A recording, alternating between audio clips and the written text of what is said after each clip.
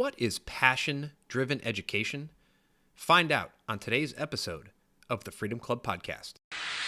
Welcome to the Freedom Club Podcast, where we discover the fight for freedom, fulfillment, passion, and purpose. Your host is Curt Gallup certified strengths coach, an agency founder who is dedicated to coaching individuals seeking to level up their life and their businesses. The Freedom Club is about unlocking your talents, turning them into strengths, and crushing your objectives. You can learn more at curtmercadante.com. Welcome to the Freedom Club. And welcome to the Freedom Club Podcast. I am your host, Curt Mercadante. And whether this is your first time here or your 51st time here, thank you so much for listening. Please don't be shy about sharing our podcast with your family, friends, coworkers, anyone you think would benefit from our message of freedom and fulfillment. And please also don't be shy about leaving us a nice rating, a nice review, wherever you're listening to this podcast. Those are like currency to us. They help us expand our reach across the globe with our message. And the message for today is the term passion-driven education. In today's episode, I interview Connor Boyack. He heads up the Libertas Institute in Utah. He's also the author of the wonderful Tuttle Twins series of books. It tells the adventures of the Tuttle Twins, two young twins, a brother and a sister, and it uses their stories to teach basic economic principles, political principles.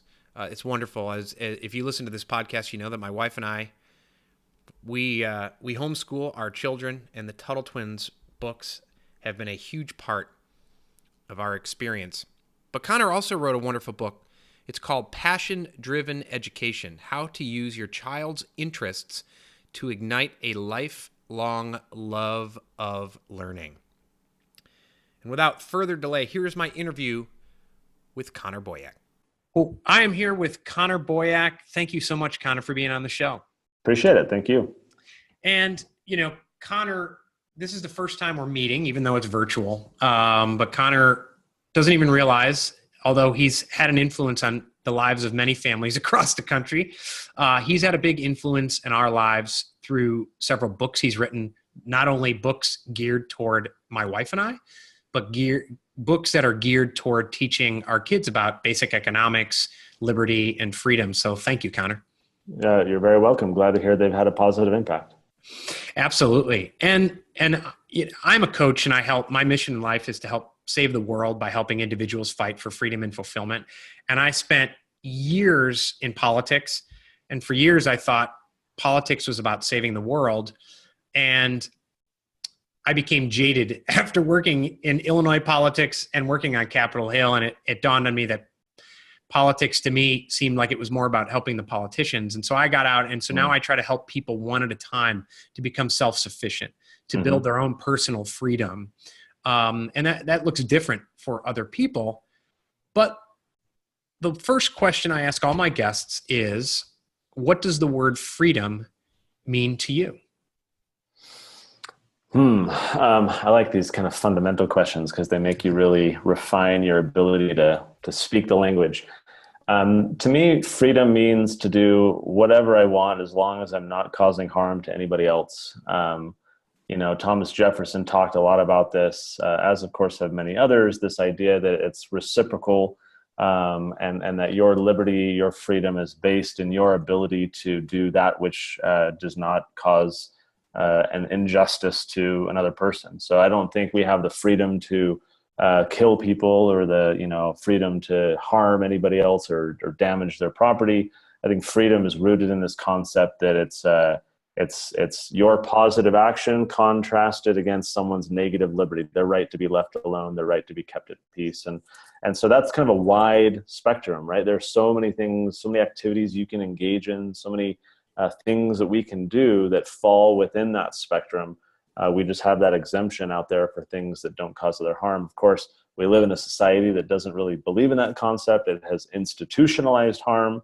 It has fully legalized it and branded it as something different so that it does not conflict with our conscience and our sense of justice. But for those of us who really try to apply to to other people, the same philosophy we apply to ourselves.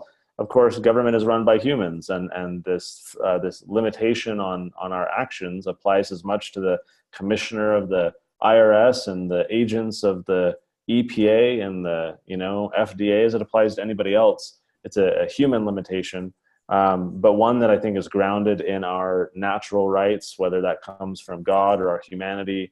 That we have these inherent and inalienable rights that predate government. Therefore, government does not give them to us. They're not. Government is not the source.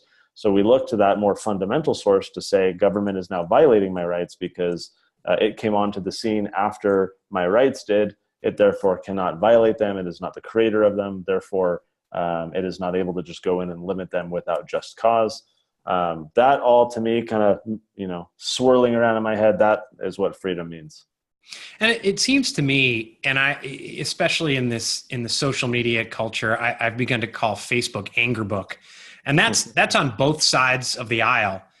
And I worked in public affairs and politics and issues, so maybe I helped create the monster, right? But it seems to me that there is, and maybe it's been this way, in our entire country's history, but just now it's exacerbated, and we see it 24/7. But that we are outsourcing more of what we desire as personal freedom, or what we consider personal freedom, or our hopes and dreams, to politicians, whether it's Obama and hope, or Trump, and there's people who would walk through walls for Trump. And that whether or not Gary Vaynerchuk talks about this a lot, that who cares who the president is? Make stuff happen. Build your business. There's going to be someone from the right. There's going to be someone from the left. And I just feel like that is slipping away, where people now just want to outsource everything, that their personal freedom, they think, is determined only by who is in Washington, D.C. And I think it seems to me that that's a very dangerous notion. Not only what you're talking about, but I think the more fundamental thing is the outsourcing of personal responsibility. When you live in a society in which people have a sense of entitlement that other people are to provide for them or care for them or be their social safety net or their backstop, it really removes the profit incentive from people. They no longer have the motivation to work and to provide, knowing that there is failure as an option. And the threat of not being able to have a place to live or a place to eat is a strong inducement to actually get stuff done and get out there into the world and find a job, even if it's minimum wage. So I agree with your assessment that there's this kind of widespread outsourcing of decision making and telling people what to do and what am I allowed to do and who's going to stop me now and what regulations am I have to follow. But fundamentally, I think our biggest problem is the outsourcing of personal responsibility. And as anyone who understands this political philosophy knows, you cannot have personal freedom without personal responsibility. And I think folks in kind of the freedom movement per se need to be doing a better job at finding ways to kind of cultivate and reinvigorate this sense of awareness of and importance of personal responsibility. Because without it, we can go, yay, freedom and get the government out of X, Y, and Z. But if we as a community, as a culture, as a society are not stepping up and proactively, voluntarily helping those in our community and our families and our neighbors, of course, there's going to be people in need.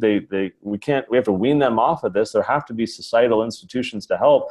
And I fear that those of us shouting for freedom the loudest don't understand this. And if we don't have the corresponding support for personal responsibility, the shouting for freedom is really going to be unproductive, I think, in the end. Yeah, I like to call it a bot society, where clicking like has taken the place of going and volunteering at a local community organization, or even going out and volunteering for a politician, right? People get so mad over this and they don't even vote, this or that.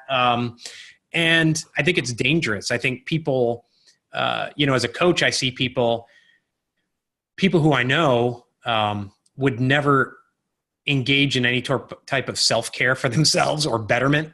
They share 3 motivational gifts a day on Facebook.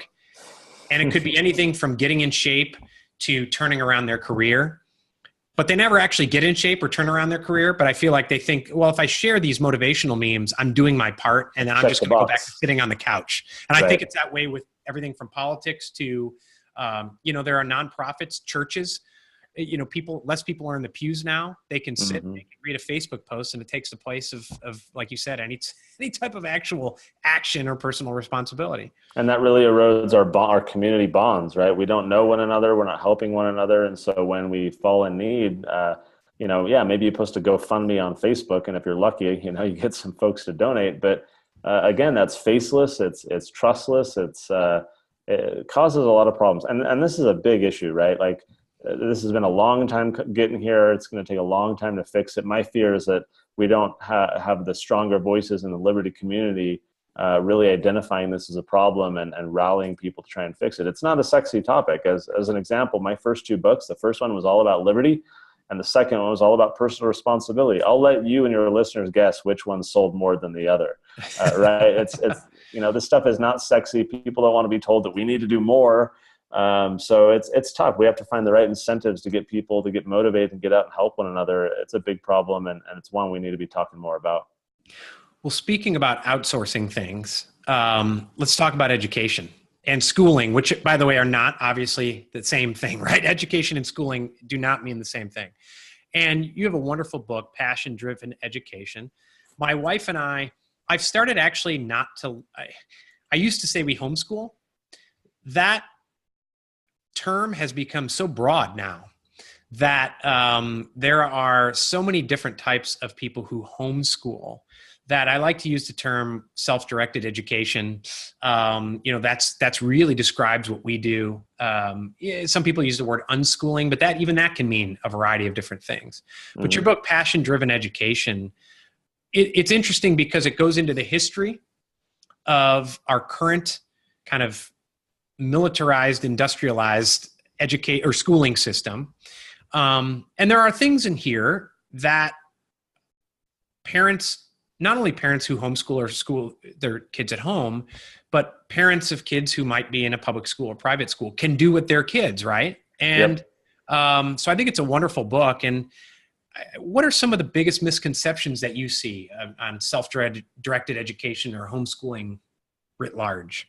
I'm glad you're kind of making these distinctions, right? Because I think a lot of people who first get into homeschooling think of it like schooling in the home, right? We're now importing from the schools what they do because they're professionals, they know it. I don't like that one teacher, or I don't like the environment, or I don't like, this or that issue. So we're going to borrow their wisdom and recreate it in the home. Well, of course, the problem with school, yes, there are these ancillary issues of that bad teacher, that bullying, peer or whatever. But the key reason to homeschool, in my view, is the ideological one. It's the pedagogical one. And that is that the very institution of schooling is set up in such a way to, as John Taylor Gatto would say, dumb students down, is to put them on a conveyor belt like a slab of meat and say, yeah, you're grade A. We're going to send you all the way down through processing and cutting and packaging and everything else. And you're going to arrive at the end with a grade A stamp, and, we're going to send you off to be consumed by whoever wants you. It's a very industrial way of doing it. And of course, the industrialization of education into modern day schooling was very intentional. It was absolutely intended to be industrial. It was to create a supply of workers who could go into the highly industrialized society. Of course, society has changed substantially then, and that's not to say that even back then, during the height of the industrial era, that was the best way to do it. There are many institutional problems at play. There's a lot of, you look back with like John Dewey and Goodlad and a lot of the people who were involved at the inception of the modern day schooling system. These were highly socialist, statist individuals who were very much looking to mold people into cogs in a machine who could take orders very well, who could be very submissive and highly regimented. And that's not what I as a parent want for my child. Like, none of those things I just said speak to me as a parent like, that's a great goal for my child. That sounds good. And yet day after day, parents continue to send their children to these institutions that, sure, there's good teachers, right? Like, I know many of them personally. They have this kind of rosy-eyed view of what school is all about, but they don't understand the institutional problems, the history of it, and the byproduct of what they're doing. And that's why you have someone like John Taylor Gatto, 25, 30 years in the New York state school system, got the New York City Teacher of the Year, New York State Teacher of the Year, and he quit in an op-ed that basically said, I'm sick of hurting children. right? Like what I'm doing is actually counterproductive and it's harming children. And so I think that there are a plethora of problems, but when you get into homeschooling and you want to import all those into your home, that's a really bad issue. Now, every child is different. Every family's circumstances are different. Not everyone can homeschool. Not everyone could unschool or do self-directed education. So you have to be able to adapt it. The key thing, the reason why I wrote Passion-Driven Education is to raise to people's awareness this background and then explore opportunities for how they can improve upon it and how they can help their child in a more positive way. But it requires an investment of time from parents who perhaps are used to having school available as a babysitting system, right? And just, again, outsourcing, like you were saying earlier. I'm just going to outsource my child's education to somebody else so I don't have to think about it. Yeah, sure, I'll help with homework, but in terms of like thinking about the direction and the purpose and the structure and everything else, I'm going to let other people do that. That's a very convenient thing. And when you take that back on yourself, it can be a large burden to shoulder, especially if you're not used to it.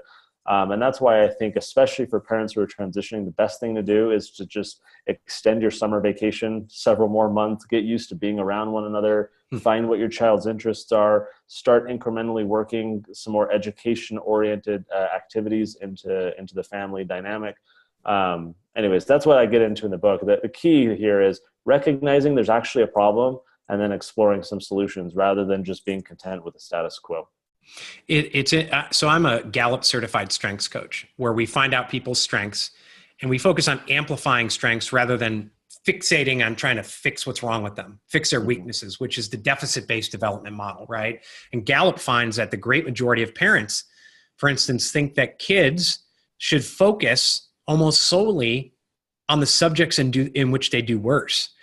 And I tell people that's like telling Usain Bolt, your 100-meter time is awesome, but we're not going to let you run that anymore. Your mile time sucks. So you got to focus on the mile. And it's like I tell people, I'm 43 years old and I'm still waiting to use algebra once in my adult life. But I think people have this misconception that whether it's homeschooling in general, or certainly whether you talk about unschooling or self-directed education, that our kids are going to come out unable to do basic math or unable to read and do these things. And it's amazing how they will hold that standard over us. Yet I was talking to someone who was in Arkansas, and we were talking about homeschooling. And he said, yeah, the problem in Arkansas is all these people who came out of the schools who got horrible grades are now homeschooling their kids. And so that's going to be a problem. And my response was, right, but didn't all those people that you're making fun of come out of the government schools that you hold in such high esteem? Mm-hmm. And then when you look at the studies, those people, I forget what the percentages of homeschooling parents who only have a GED or a high school education and their kids are performing, if you're going to measure kids by arbitrary tests or things like that, they outperform everyone else. Yeah, that's completely right. And part of the issue with parents in homeschooling, however you want to define that, is a feeling of inadequacy. We are trained in a system, we are cultivated and raised in a system that measures us by that, grade A, B, C, whether you're talking school grades or meat, right? Like we have these like objective standards that we feel inferior in subject X, Y, or Z if we don't adhere to or satisfy, those guidelines and those demands. And so, of course, you get, especially the moms who are, let's be honest, doing most of the work in a homeschooling environment. And you get a strong feeling of inadequacy, right? Like parents feel, oh man, I don't know science that well, or I don't know math. Like, how am I going to teach these subjects if I don't understand them? Well, number one, that parent would probably say that they've gotten along okay in life without being, very well versed in that very subject. And here they are as a competent adult getting along just fine. So maybe it's okay for your child to, follow that same path. But one of the best things I think parents can do, it's what we do with our family, is find or start a homeschool co-op. This is basically an in-person version of a Facebook group, right? Like get with other people who are of a like mind in your area. In our case, we have like 20, 30 families it's grown to where the parents teach classes in their core competencies. So then in an a la carte way, you can say, hey, yeah, I want my child to go to that, language arts class, or let's do that fun biology class, or, this field trip class or whatever. get together with other people who might have strengths where you have weaknesses, shoulder the burden together. And oh my gosh, like this is the future of homeschooling, because you can support one another. You have a social system, so that whole socialization argument goes away. Kids make friends, right? Parents have support with other parents. It's such a good way to do it. And even if all you're doing for now is like a Facebook group where you are sharing ideas and getting input, that itself is a huge relief. We have to get away from this notion that homeschooling means, educational isolationism, and we're all on our own and we all have to reinvent the wheel. Like, that's just ridiculous. We live in the 21st century. We have the internet, we have Khan Academy, we have like everything online, right? We can leave aside this argument that like we're all on an island here by ourselves. It's just not the case. And I think the more parents realize that the more right the decision to homeschool becomes, because you get away from all the problems, you have all these amazing opportunities, and then you have a support system in place to help you out. And one thing you talk about in the book, and it's something that we do, is our daughter she's a wonderful artist, incredible artist, and she would love to just draw all day. Well, we build things into it. And so we're taking a Europe trip coming up soon. We're Catholic, and which is somewhat, that's a whole another subject, but Catholics within the homeschooling world writ large are actually a small component, we find. But so we're going to visit the Vatican, and we're going to visit, we're going to go to Stonehenge. We're going to go but they had questions about the Vatican. Where does the Pope sleep? What is it, So we built projects around that. And so my daughter had to do the research, and instead of just sitting there, me lecturing it, they get on the computer, they do their research, and she surrounded it by painting watercolors of the apartment and doing those types of things. My two sons, they're age 10 and 7, put on a play for me about Stonehenge and those types of things, because they loved it. It was actually more of a comedy routine. So, and I know you talk about, I think it was math, right? Doing Legos with your son and building that into it. So it's not just, a lecture does not equal results, right? That's not the only way to teach. And you build it, well, like you said, it's passion driven. You build it around what they love to do, and it makes it a lot more interesting for them. And for the child, I've found, and the fun thing about writing that book is I'm not perfect at it. We're all striving for the ideal, every day with the circumstances that we're in. But the ideal to me is that in this case, you're helping your children better understand the world that they're already exploring and finding interesting. So you're not sitting them down and saying, hey, look, today we're going to learn algebra, right? Like, you may not find it interesting, but it's important and you may use it. Like, no, you're talking to them in a foreign language, trying to make them like convinced that language is worth learning, even though they have no idea why they need that language and who they'll speak it to. Whereas if you go to them in the language of, Angry Birds or My Little Pony or horses or drawing or whatever the child's interest is, they already speak that language. They're fascinated to explore that language and that world even more. What you're communicating to them then becomes a value add to what they already find important internally. And so you don't have to persuade or mandate or convince them that like you'll use this someday or trust me, it'll be useful. No, like they innately find it curious and want to know more because it helps them make sense of something they're already questioning or find curious. Yeah, Tom Rath, who's the author of StrengthsFinder 2.0, he's got a quote. I'm going to paraphrase it, but it's to the point of like the modern schooling system is geared toward turning us into people who we fundamentally are not. Where which is kind of the flip side of what you're saying. And our son, we love Marvel superheroes. We love Iron Man, and he wants to build the Iron Man suit someday. And my wife's like, well, we're not, won't he have to know algebra and all that? I said, if he really wants to build that suit, he'll figure it out. Or because hire somebody who knows algebra, right? Well, it's funny because Iron Man or Tony Stark himself doesn't even do it himself. He's got an AI bot, Jarvis, well, now it's someone else who does the whole thing. He doesn't even do it. Right. So one of the things that keeps me up at night is and I just read a book, The Driver in the Driverless Car by Vivek Wadhwa. I think he does some work for NASA. He might be at Carnegie Mellon. And it's all about the future of work in the world and AI and bots. And, some estimates that 40 million jobs could go away. And he says, depending on what we do and how we deal with this challenge, we could either have Star Trek or we could have Mad Max. Mm-hmm. And I choose to be optimistic, but I do know that people who are disaffected will do what happens, where they'll petition politicians. Politicians will try to build a levee to stop it. They won't do it, but they'll make more pain than actually has to be there. Sure. But part of this is the schooling system we have that was made. It's based on the Prussian military, Industrial Revolution, British Empire. Even now, here in our, we have great, what I would consider better than, say, where I was at in Illinois, where they've turned their community colleges and technical colleges into like liberal arts, where they're more interested in sports. But here they actually have hands-on apprenticeship programs if you want to go build a plane for Boeing and do those types of things. The interesting thing is that I see these studies that come out from like our local chamber, where it's like, these are the jobs they're going to need over the next 5 years. People who can build planes, people who can do this. And it's like, I don't actually believe that. I think that's the jobs you need now, but I think in 5 years, those are all going to be robots building the planes. But even when you look down to when where kids are 4 or 5 years old, you have, I think it was a kindergarten or a preschool a few years ago, canceled the theater program because it wasn't getting the kids college ready enough and career ready, that we are churning out bots to compete with the bots. And to me, forget the job loss.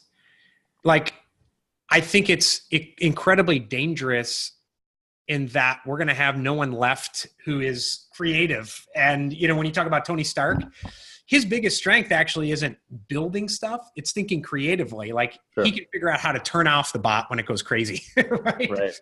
But there's going to be a lot of wonderful things that come out about it. I mean, you talk about, and Vivek Wadhwa talks about, just the overall cost of schooling when you can give a family a tablet, or a personalized kind of coach instead of a teacher. Yeah.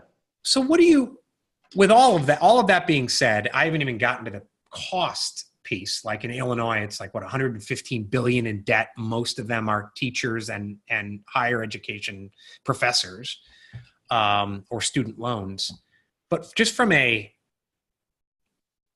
looking into the future and the types of humans that we need to sustain life, do you think there's going to be a tipping point, or do you think there's just going to have to be 30, 40 years of pain before they finally let go of this kind of monopolized, militarized schooling system? So, I mean, I think like anything, it's kind of a transition. I don't think there will be some kind of apocalyptic, event that drastically changes things, especially because I think people, all they know is the current system. And so it takes a new generation coming up to do things differently. You look at like the app generation right now, right? You got your grandpa using the taxi still because it's what he's done all his life. And then the grandkids are using, Uber and Lyft and price comparing on the fly once the airport lands to see where they can shave off $2. So I think a little bit of it will be generational. But I think especially when you have groups like Praxis that are providing alternative pathways to the market and helping people see that they can avoid debt and that they can get a job and get started, immediately rather than sitting in a classroom for 4 years, that becomes extremely appealing. I think if there is going to be an event, it'll be the popping of the debt bubble, the college debt bubble, which is just insanely massive. And while what we're talking about applies more so to K through 12, but certainly equally as well to college, I think the college debt bubble is going to have a trickle-down effect, especially through K-12, where everyone is so focused on college ready. When college drastically changes because the financial model bursts, it's going to have, I think, kind of a reawakening moment for a lot of people in the system. And I think more importantly, it's going to awaken a lot of families, a lot of parents to alternatives. And so the more that Praxis and other groups like this can kind of be primed and ready, when that bubble bursts, I think there's going to be a huge influx of attention and opportunity to get people outside of the current system. I think the current system will stay for a while. Just like I think cryptocurrency, right, is going to be great competition, innovation, but the dollar's sticking around for a long time. Right. It's very difficult to get away from it, what you've been used to for so long. It's my daughter and I yesterday were having a discussion. She's 12. She brought up a car and having her own car someday. And I said, you may not have a car someday. She's like, why? I said, because the odds are within 5 years, I've talked to some people in the industry, they think widespread adoption, because it's going to happen in some states where they allow it, the driverless car. And I mean, think about when you talk about debt, when you talk about, all these local governments pushing for more higher taxes for infrastructure, if we do it correctly, we're going to be able to, disrupt our way out of a lot of policy issues, whether it's healthcare, people in India now getting a tablet and replacing doctors, teachers, lawyers, a more fair legal system that is actually determined by computers rather than arbitrary politician judges. Right. But driverless cars, we may not have personal cars. You have someone come and pick you up. I agree. A car pick you up, not someone. Right. So to kind of cap this off, I can't let you go without asking you about the Tuttle Twins series, because our kids love it. So we live in South Carolina. We were driving to Jacksonville, and we were driving to Disney World. We were driving to Orlando, and the kids were driving, and you drive past, you see the sign for Jekyll Island, Georgia. And so my son shouts out from the back, "Jekyll Island." I said, "What was there?" Federal Reserve was founded there, and I think 1916. They know the date. I don't even remember the date. But it's just a creative way of teaching basic economics. Of course, all of them are the law, Bastiat, and the pencil. The miraculous pencil is based on iPencil, the wonderful short. Yeah.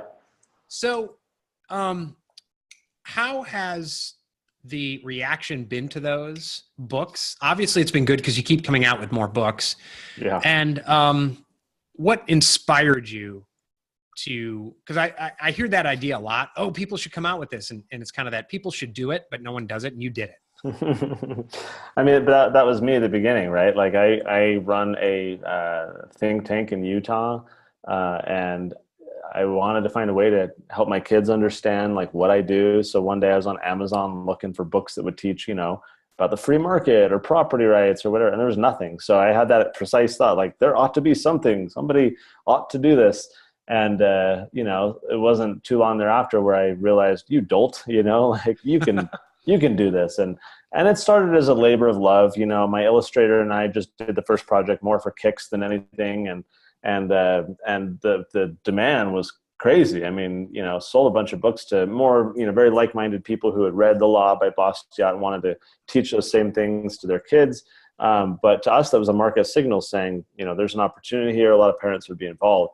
And so it's grown from there. We have 8 books now. As you point out, each of them is based on like an original work, a book or an essay to which we can point, especially the parents or maybe the older kids in the family who want to learn more of those ideas and kind of expound on it a little bit. We've sold over 250,000 copies now, and it's just going gangbusters. We're continually blown away by the response. We're currently in the planning stages for our 9th book to figure out what that's going to be, and we're just going to keep going forward. It's a ton of fun, and we have no competition. I mean, the Tuttle Twins kind of sits alone as the provider of these lessons to kids, and we'll enjoy that monopoly status while we can, but we're having a ton of fun doing it, and it's just so great to hear the stories of kids learning this stuff and really understanding these economic and political ideas. It excites me to think what can grow out of that, right? Like who's going to be the next Ron Paul or whatever that had that encounter with a Tuttle Twins book and began to be curious about these ideas. It'll be fun to see what the future holds. Yeah, and some of it's not even it's basic. Even notions of money and how money is made that many parents out there probably don't even know. And I mean, I've read them, and I learned some things because it's done in a way that's if you can't get past the writings of an author from 200 years ago or something. And so they're really wonderful. Thank you. So thank you for putting those together. Now I'm going to put links in the show notes, but people want to find passion-driven education. People want to learn more about you. People want to get the Tuttle Twins books. Where should they go?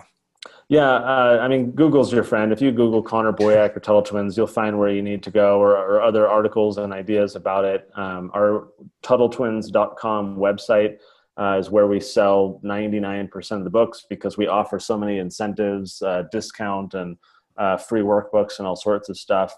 PassionDrivenEducation.com is the website for that. I have a new book out for young adults called Lessons from a Lemonade Stand, all about government and law and why we see lemonade stands across the country getting shut down by government. So you can go to lemonadefreedom.com for that one.